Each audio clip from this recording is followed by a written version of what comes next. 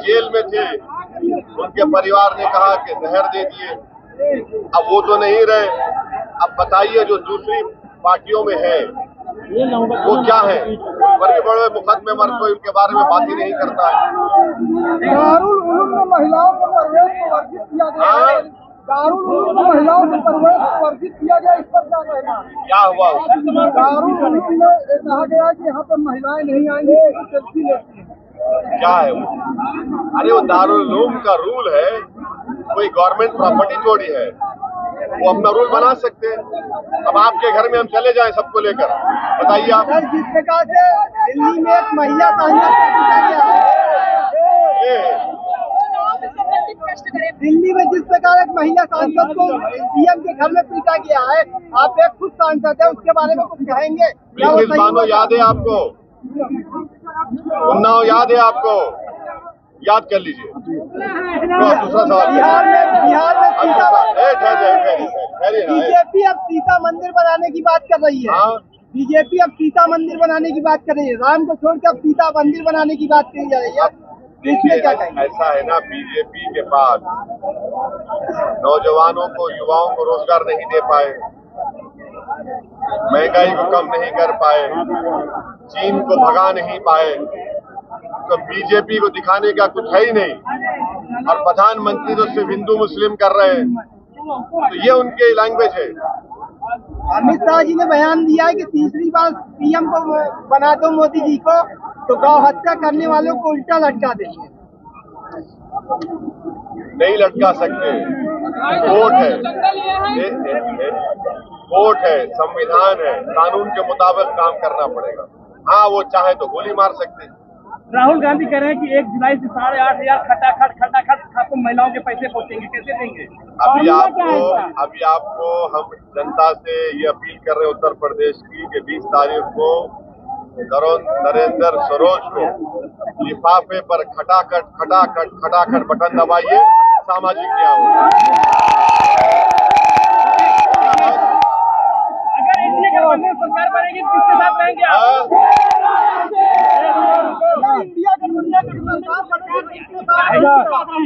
ये सवाल के जवाब ये देंगे आपको 4 तारीख को, आप उनको आ जाइए, बता देंगे आप। के कोर्ट एनवलप के निशान पर लगाइए। और मैं शुक्रगुजार हूं कि हमको इतना मौका मिला कि हमको आप इतनी दूर से आए, आपके दरमियान में आए हैं। मैं आपसे वादा कर रहा हूं कि इंशाअल्लाह ताला हम बार बार आएंगे और आपके दरमियान में ही थे, आपके दरमियान में रहेंगे। मगर आप तमाम वादा कर रहे ना कि हमारे नरेंद्र सरोज को आप कामयाब करेंगे। आप हाथ उठाकर बता दीजिए कि आप कामयाब करेंगे। डरेंगे तो नहीं ना?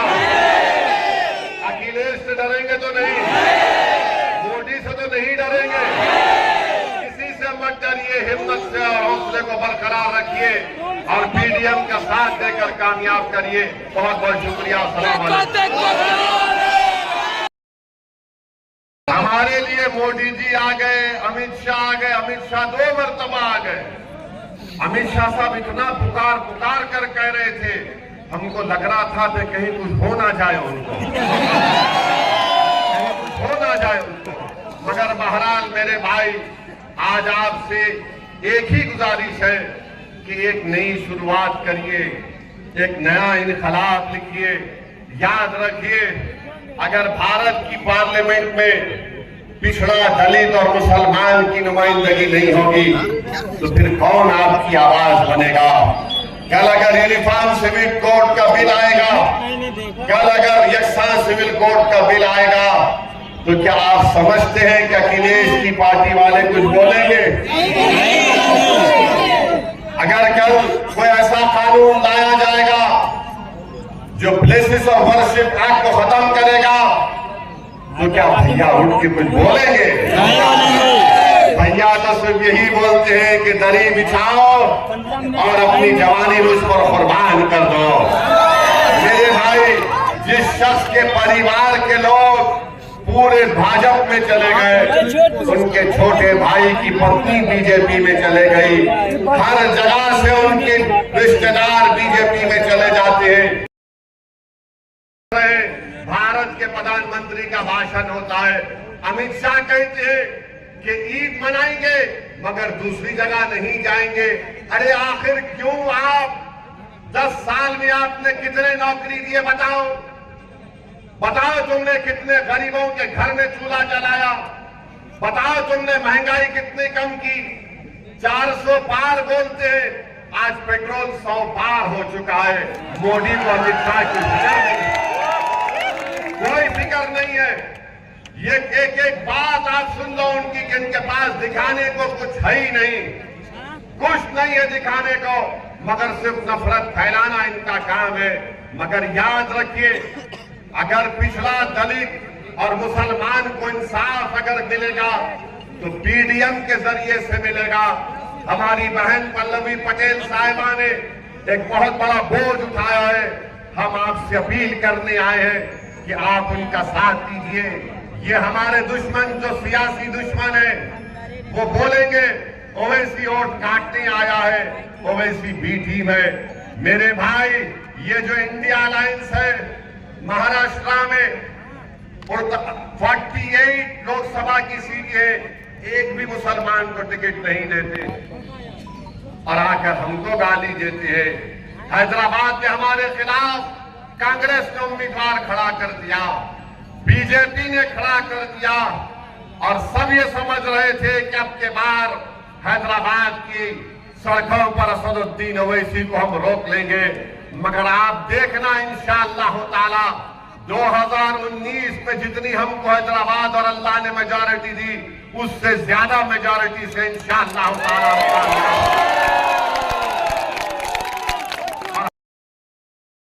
आप 10 साल से क्या कर रहे हैं? मगर आप भाजपा के लोगों से पूछो तो बोलेंगे पीओके ले लेंगे। जब उनसे पूछो चीन का क्या करोगे, चीन भारत की 2000 स्क्वायर किलोमीटर जमीन पर कब्जा करके बैठा है, तो नरेंद्र मोदी और बीजेपी के लोग सन्नाटे में आ जाते हैं, सन्नाटे में आ जाते हैं। भारत के प्रधानमंत्री मोदी कहते हैं कि मैंने जिंदगी में कभी हिंदू मुस्लिम नहीं किया। आपको यकीन है? मोदी जी कह रहे हैं कि मैंने कभी नहीं किया। मोदी जी, ये कब्रिस्तान शमशान का मैंने कहा था, 80-20 मैंने कहा था। कपड़े देखकर पहचानो किसने कहा था? मेरे भाई, आज भारत के प्रधानमंत्री कहते हैं कि हम मुस्लिम महिलाएं ज्यादा बच्चे पैदा करती हैं। झूठ है, घुसपैठी कहते हैं। और फिर देश के प्रधानमंत्री हैं, 133 करोड़ जनता के प्रधानमंत्री हैं, मगर मोदी कहती है कि 15% लोगों को ज्यादा दे दिया जाएगा। अरे मोदी जी, आपको इतनी नफरत क्यों है? इतनी नफरत क्यों है आपको? ये देश, भारत जो हमारा देश है, मेरे मरने के बाद भी, आप तमाम के दुनिया के चले जाने के बाद भी, मोदी जी के जाने के बाद भी देश भारत रहेगा। मोदी जी, भारत को कमजोर करने का काम मत करो, झूठ बोलना कम करो, सच्चाई को बयान करो। अगर सच्चाई को नहीं बोल सकते मोदी जी, तो कम से कम झूठ को तो आम मत करो, नफरत को आम मत करो। आप कब तक पिछड़ा, दलित और मुसलमान को आप इस तरह से नफरत फैलाते रहे? बैकवर्ड क्लास का हिस्सा मोदी मार कर देना चाहते हैं। और याद रखिए, ये 400 पार की बात जो बीजेपी कर रही है, वो संविधान को बदल देंगे। अगर आपको मेरी बात का यकीन नहीं है तो जाकर मेरी भाषण के बाद इंटरनेट पर देख लो, आसाम का मुख्यमंत्री क्या कह रहा है। आसाम का मुख्यमंत्री कह रहा है कि 400 दे दो, हम काशी मथुरा भी छीन लेंगे, हम पाकिस्तान से पीओके ले लेंगे। मोदी जी, 10 साल से आप क्या कर रहे थे? 10 साल से आप पीओके ले रहे थे, मगर आपने पीओके नहीं लिया। तो मालूम हुआ 10 साल से नरेंद्र मोदी सिर्फ चाय पी रहे थे और सो रहे थे।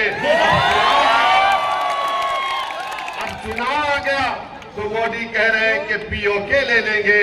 मोदी जी पीओके ले लीजिए ना। भारत की संसद में हमने, हमारे बुजुर्गों ने एक रेजोल्यूशन, आपने उन तमाम समाज को दिया जो मुसलमान और ईसाई नहीं है, आप क्यों नहीं हमको देते? भारत के प्रधानमंत्री एक और झूठ बोलते हैं, पूरे देश में जाकर झूठ बोल रहे हैं कि मुसलमानों को आरक्षण दिया जाएगा, दलितों का और पिछड़ा समाज से लेकर। नहीं नरेंद्र मोदी, आपने गलती की। हमको दलितों का हिस्सा नहीं चाहिए, हमको पिछड़ा समाज का हिस्सा नहीं चाहिए। हम यही कह रहे हैं कि इंसाफ करो। भारत के संविधान में दफा 15 और 16 के तहत आप हमसे इंसाफ करो। मैं आपको बता रहा हूं, आज नरेंद्र मोदी बाबा साहिब अम्बेडकर की बात करते हैं, मगर वही बाबा साहिब अम्बेडकर के संविधान को खत्म करना चाहते हैं। कैसे खत्म करना चाहते हैं? नरेंद्र मोदी की सरकार ने इकोनॉमिक वीकर सेक्शन के ऊपर 10% रिजर्वेशन दे रहे हैं। किसमें दे रहे हैं? तालीम में और रोजगार में। अब ये 10% में न दलित जा सकता है, इस 10% में न अदर बैकवर्ड क्लास के पिछड़ा लोग जा सकते हैं, और ये 10% सिर्फ अपर कास्ट लोगों के लिए मोदी ने किया।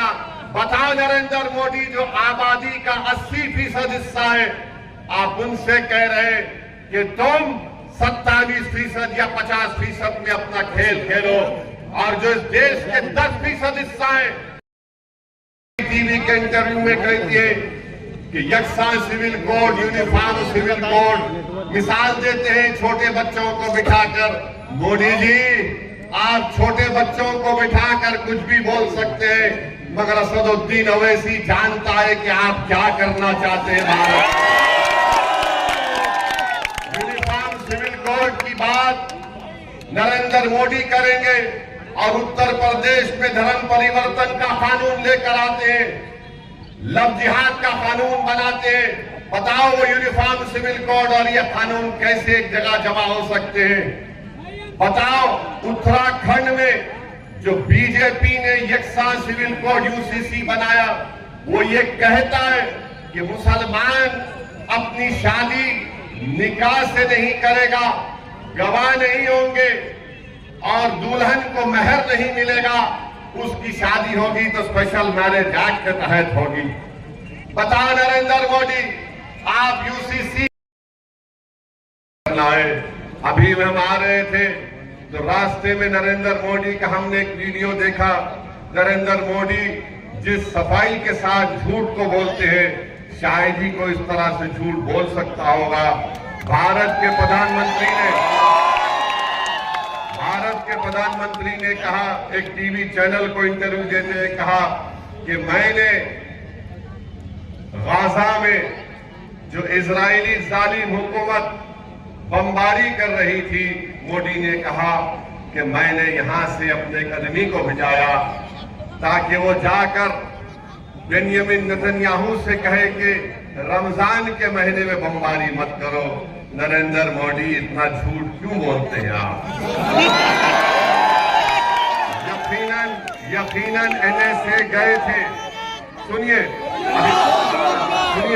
यकीनन एनएसए गए थे, मगर पूरे रमजान में जालिम इजरायलियों ने गाजा के फलस्तीनियों पर बम बरसाते रहे। आज 16,000 बच्चे मर गए नरेंद्र मोदी गाजा में, 15,000 महिला मर चुकी है, 12 लाख अवाम बेघर हो चुकी है। एक नहीं, दो नहीं, करीब 20,000 के करीब बिल्डिंगें इजराइल ने बर्बाद कर दिया। और भारत के प्रधानमंत्री झूठ बोलकर कह रहे कि मैंने भिजाया था इजराइल को, ये मुझे खामखा घेर लेते हैं मुसलमानों के नाम लेकर। मोदी जी, कोई नहीं घेरता, आप घेरने का काम करते हैं, मगर इंशाअल्लाह ताला अब हम आपके घेरे को तोड़कर निकलेंगे इंशाअल्लाह। आप बताइए, सुनिए, भारत के प्रधान प्रधानमंत्री जो कह रहे हैं कि मैंने इजराइल को कहा कि रमजान में बमबारी मत करो, आज स्पेन में एक भारत की कश्ती जिसमें 27 टन का हथियार था, असला था, एक्सप्लोजिव थे। भारत के युवाओं को, नौजवानों को बेरोजगारी उनका मुकद्दर बनाकर रख दिया। आज रोजगार नहीं दे पाते हैं और नरेंद्र मोदी के पास इसका कोई जवाब नहीं है। महंगाई आसमान को छू रही है।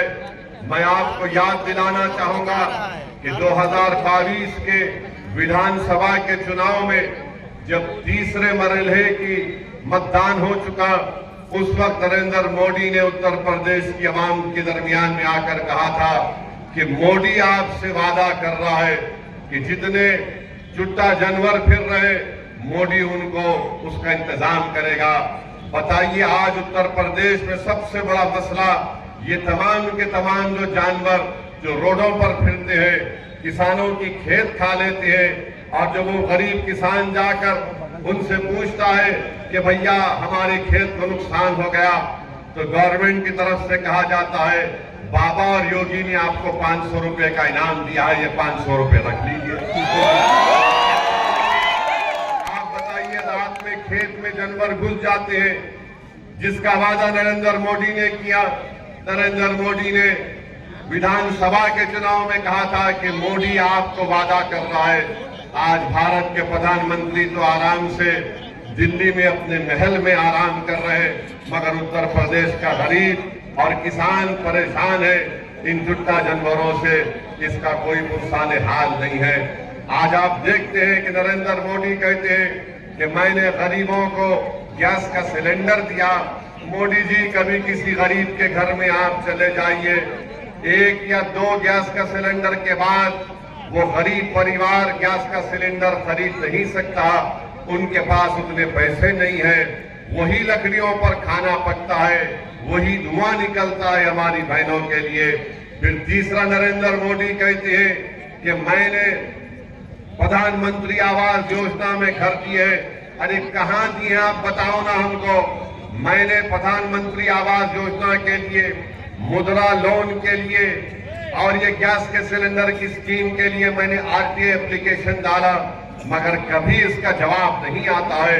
तो मेरी आप तमाम से अपील है, बेबाकी के साथ वो इस बात को लेकर आगे बढ़ रही है, हम भी उनके साथ खड़े हैं। और हमारी भी कोशिश ये है कि उत्तर प्रदेश में सही मानों में पिछड़ों को उनका हिस्सा मिले, दलितों को उनका हिस्सा मिले, मुसलमानों को उनका जायज मुकाम मिले।